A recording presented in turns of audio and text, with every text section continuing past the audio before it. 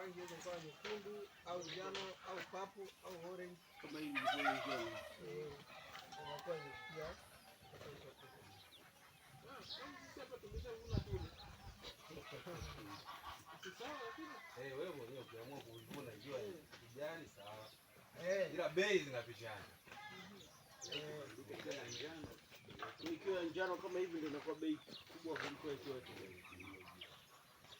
Huu mmea una uwezo wa kuzaa kila siku kwa miezi mitano.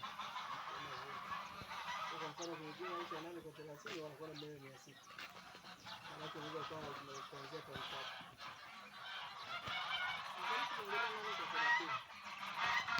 Kwa sababu wakulima wengi wanaona ndio standard jina.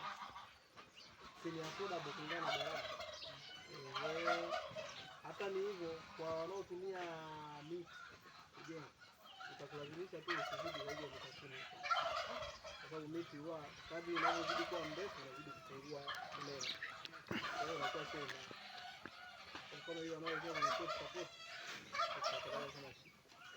Kama unaweka pana sana na itakuongezea gharama za kuweka miti hii nguzo ziwe karibu.